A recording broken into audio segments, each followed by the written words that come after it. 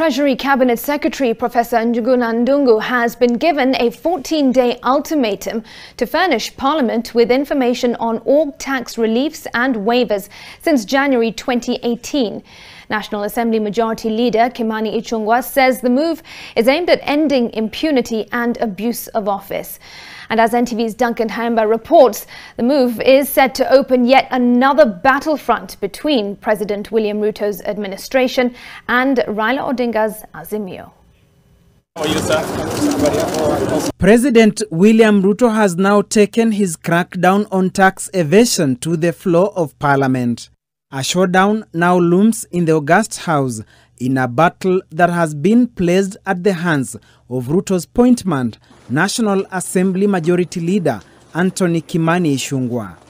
I have today written to the Cabinet Secretary, Professor Njuguna Ndung'u, requesting for information on all tax reliefs, exemptions and waivers that were granted from January 2018 to date. Kenya Kwanza has pointed an accusing finger at the Jubilee administration, accusing the Uhuru regime of crippling the economy. I've asked the Cabinet Secretary to provide us with information relating to tax incentives also granted to firms or companies under contractual agreements entered into by the government of Kenya for the implementation of various capital projects during the period referenced above. I think in line with this, Kenyans also are aware that many people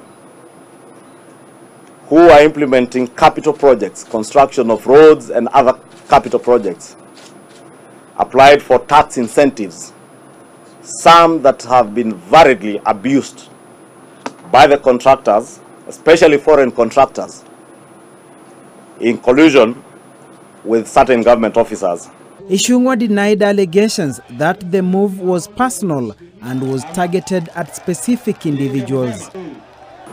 We have no reason to target anybody, but we have every reason to target anybody who may have abused their office, granted themselves waivers, and not to target them for anything else, but to target them and politely request them to pay up their taxes that are due.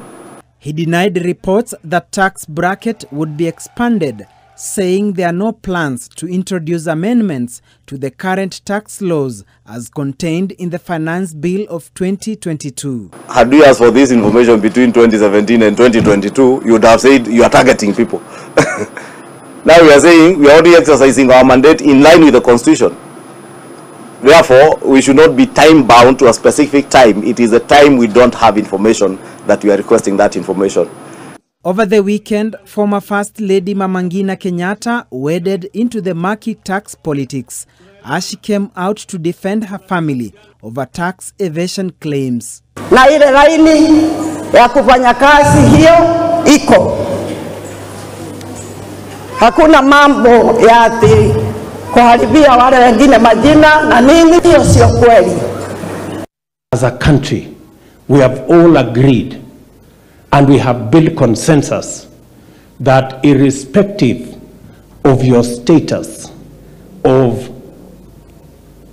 all other considerations, whatever region you come from, whatever religion you profess, all of us, we have built a consensus that there will be no waiver of taxes for anybody. Parliament resumes its sittings next week. Duncan Hamba, NTV.